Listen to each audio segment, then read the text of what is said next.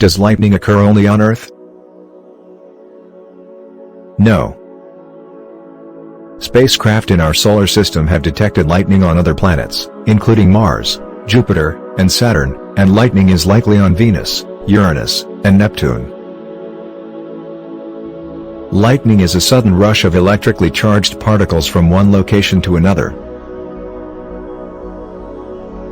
On Earth, drafts of colliding ice and water droplets usually create lightning-generating charge separation, but what happens on Jupiter?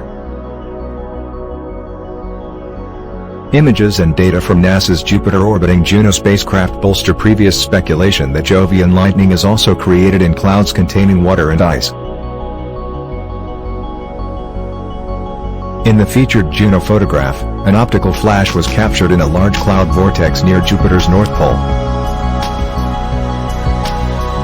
During the next few months, Juno will perform several close sweeps over Jupiter's night side, likely allowing the robotic probe to capture more data and images of Jovian lightning.